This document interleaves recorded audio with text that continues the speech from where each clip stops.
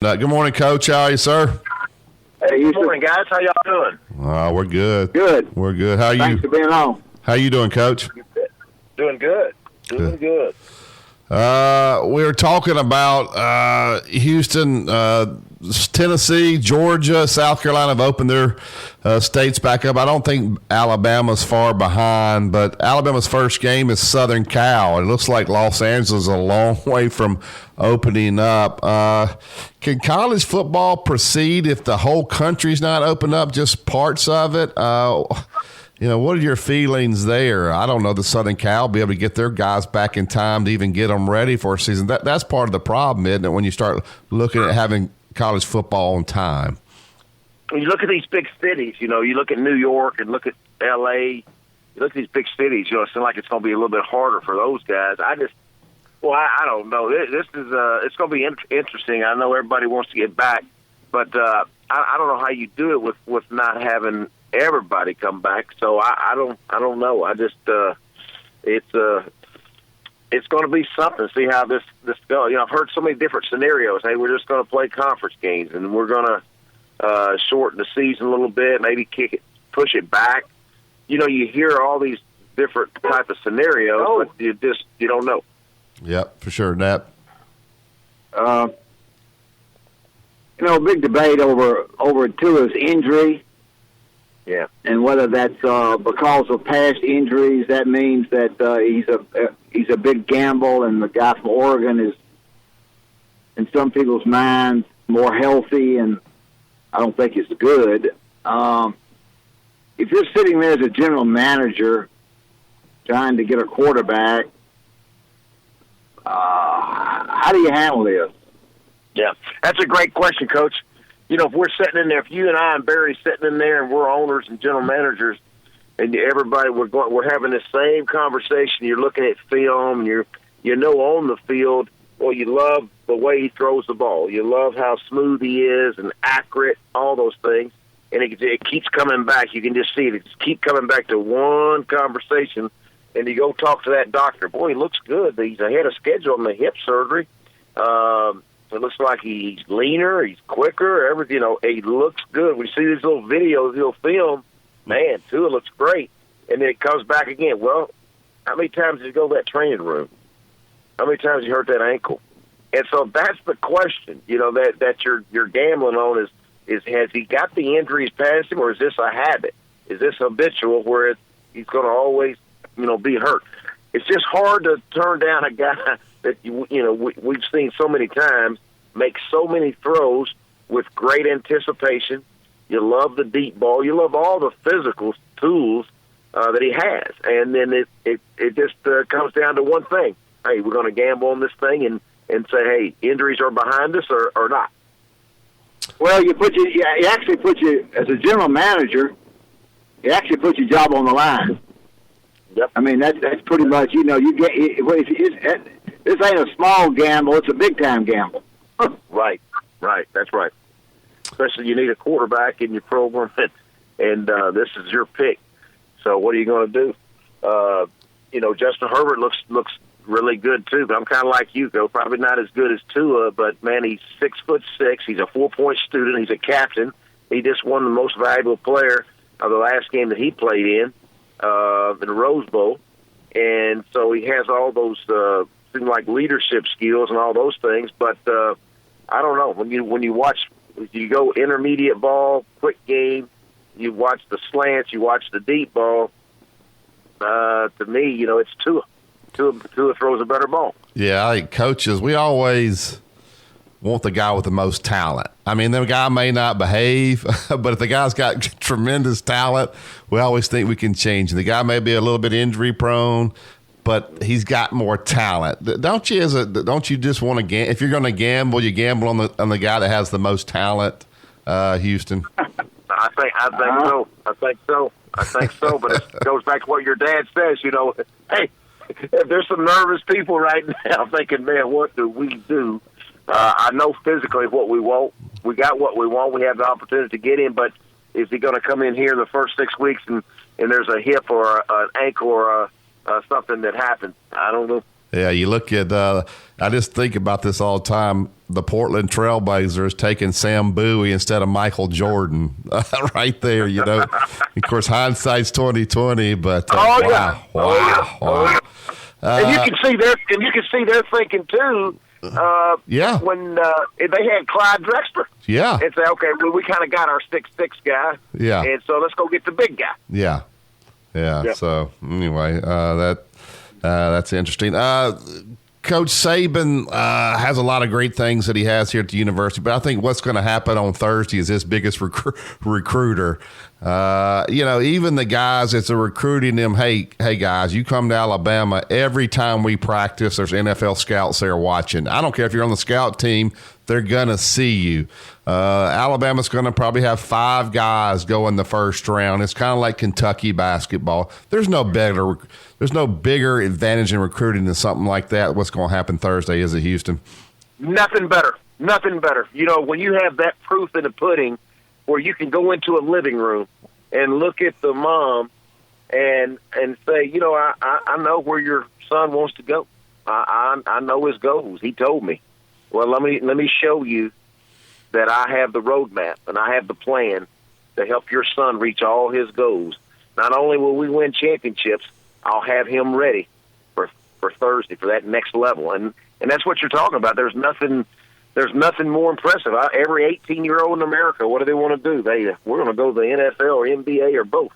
And that's their goal. And when you see over and over and over the way Nick Saban, usually he's in New York right there with them too, and taking those pictures and bringing them back and putting them in Tuscaloosa, putting them around the recruiting rooms. There's nothing better. No doubt that. In some cases, running backs are a dime a dozen. Not a dime a dozen, but you had the running back at Arkansas. I guess it was Arkansas. The great running back. Was it Arkansas? You had a great running back. McFadden. Yes, sir. Yeah. I mean, he wasn't no dime a dozen. And the guy with the Tennessee Titans from Alabama ain't no dime a dozen. But the ones below them, it's hard to pick the right one, isn't it? You know what? This is always an interesting topic with running back. When you listen to Bill Parcells, you know, he always felt like, hey, I'm going to wait third, fourth round, get me a back. And I tell you, I look at some of these backs, and you mentioned, you know, like Derrick Henry and Darren McFadden. Boy, when they're there, a guy like that, to me, boy, it's hard not to say, come on, I don't care if you're our first pick. Well, we need a back. That's the guy. When you look at this year's backs, when you look at Jonathan Taylor of Wisconsin, the one thing you know what you get with this guy, he ran for 2,000 yards, over 2,000 this year, 2,000 yards last year, and he's been running a lot of zones, inside zone, powers, counters. You know what you get with Wisconsin. What's impressive about Jonathan Taylor, guys, is he's never in the training room. He hadn't been hurt, knock on wood. And so that's impressive. And then you look at a guy like Clyde Edwards-Helaire down there at LSU, man, the more you watch him, I want that guy. That guy is a big bowling ball that you have a hard time tackling, and then they got him involved in the passing game. His hands look good. Why wouldn't you take him?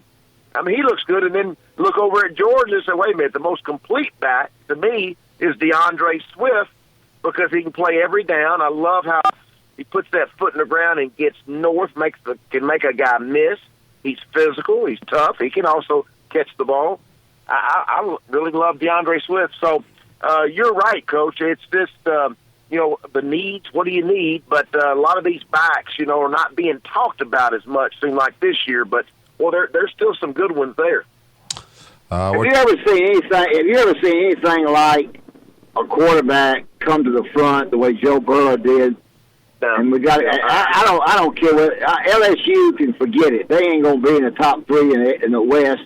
They lose too many people. They ain't tough enough. They ain't disciplined enough, in my opinion. That's not you talking. That's me. I just think that, Coach, I'm with you on Joe Burrow. I'm with you on. I've never seen a transfer. Oklahoma's had a run here, but as far as a guy leaving Ohio State, coming down there, and the way this guy played, the last few years, especially this past year, 60 touchdown passes and over 5,600 yards or whatever it is. Just the way he led his team. And I still think about the Texas game. It's 3rd and 18. Hey, 3rd and 18, and they're bringing it. And he steps up, buys a little time, and he throws a strike to Jefferson. I mean, a strike. And he did it all year long. And the one thing I love about Joe Burrow, Coach, is under pressure, he doesn't flinch. Under pressure, and that's what you love about a quarterback that, has the confidence of his teammates that look in his eyes when it's 3rd and 8, 3rd and 9. Hey, follow me, because guess what? I'm going to get the first down for you. Y'all just do what you're supposed to do, protect me a little bit. And that's the attitude, and that's why I agree with you. I've never seen a guy come in and just take over a program. And there is you got to believe with the juniors that are leaving, and you lose Joe Burrow, there's got to be a drop off. Yeah, this time last year, I don't even know if the guy would have been drafted, would he, of Houston? Now all of a sudden he's going to be number one. As I look at some of these guys in basketball putting their name in the draft, if you're not going to get drafted, I would be telling the Joe Burrow story. Come back. Man, come back. You never know what's going to happen, all right? That's exactly right. Exactly right. So many times they make a bad decision and listen to the wrong people, and they should come back. Coach, let me ask you this. The Power 5 schools that could possibly afford to do it. I wonder if the SEC football coaches behind the scenes are talking to Greg Sankey saying, hey, when they open up all of our states, let us bring these guys back to campus. And then when they do, the coaches at the Big 12 are going to be screaming because they're not getting to do the same things the SEC does. Should the NCAA step in and say, hey, this is what all Power 5 schools can do, or should they leave it up to the conferences? You like to have one, everybody under one umbrella, to make it right, but it probably won't happen that way. I always think SEC seems like they're always out in front a little bit about what's the best way to prepare and get ready to go and get them back. And, boy, you're just hoping, that we can get back to some sort of normalcy and get this thing going. And without you, what you worry about is just the relapse. I can see the doctors and people just thinking about, boy, we're slowing everything down. Things are looking good. You just don't want to be too quick, get everybody back in school and here we go again. And have another little spread, and boy, that's what you don't want, is to get started and then have to stop again. Yeah, I think some of these coaches are gun shy now about getting out in the media. Dabo gets out. He tries to be real positive. They cut him up for that. Coach Saban gets out and talks about, hey, we're ahead. We got the Apple Watches. He gets crushed for that. Right. These guys, when they get out in the media, they're trying to just get, trying to help everybody, give everybody something else to talk about. And when they do, it seems like the media slams them for whatever side of the coin they flip it to. Right, that's right. You left out Mike Gundy. Yeah, Gundy's absolutely. Yeah, I know. It's just, I tell you what, guys, we're just in such uncharted waters. You just don't know, and you want everybody healthy, and you want to get back. I tell you, I just been missing. I mean, I don't know about you guys. I just miss turning on the TV, whether it's the Masters or watching basketball, the NBA, and then, of course, you got the Last Dance that I watched Sunday night. So, man, you miss it. So, kind of looking forward to the draft. I hadn't really paid that much attention to the actual draft, and I'm going to be watching this draft Thursday night because you just miss watching sports. Yeah, that Last Dance. I think you would know because you're an Arkansas guy. Wasn't Jimmy Sexton Scottie Pippen's agent that had him sign that 7-year, $18 million deal? I don't know that. I don't know that for sure, Barry. I don't know that. I think it is. Yeah. But, man, I tell you, I got to ask Coach, well, what a competitor.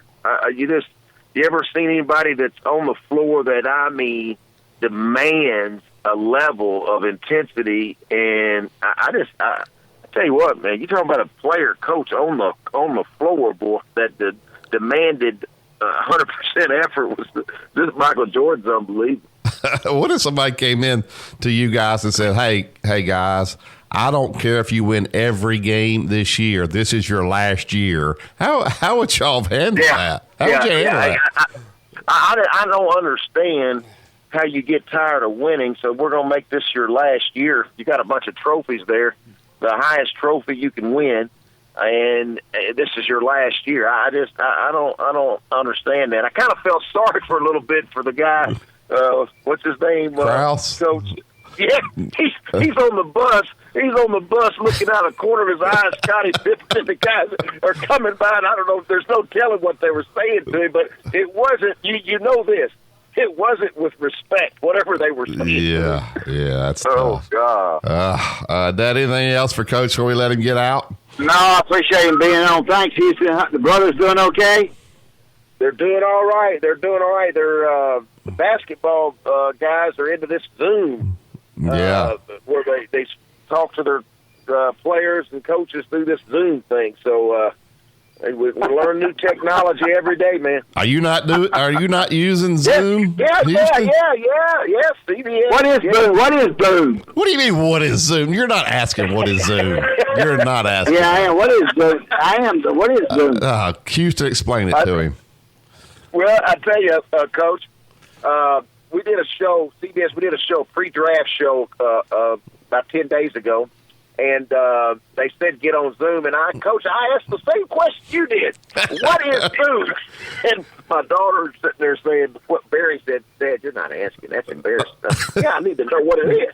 And so basically, I can get on a phone, you get this app, and all of a sudden I can have Brian Jones, I can have Adam Zucker, I can have Brent Stover, I can have Aaron Taylor. We can all be on one screen together as if we're right there in the studio together. And I tell you, it's a pretty good deal. You can see each other. Yeah, it's pretty good. Hey, let me ask you this before you go. The park ranger or whoever over in Tampa saw a guy working out in the park, goes over there and says, hey, the park's closed. You can't work out. Guy turns around, it's Tom Brady. Do you think the guy made him leave, or you let him finish the workout? You need to let him finish the workout, all right? Let the guy have, he's probably got the park to himself with some fresh air. Let the guy finish. He's got a 30,000 square foot house. He can't work out run up and down the stairs. Hey, Barry, we got to get some fresh air, man. Houston, great stuff, my man. Thank you. Thank you. Yep. Y'all take care, guys. There's Coach.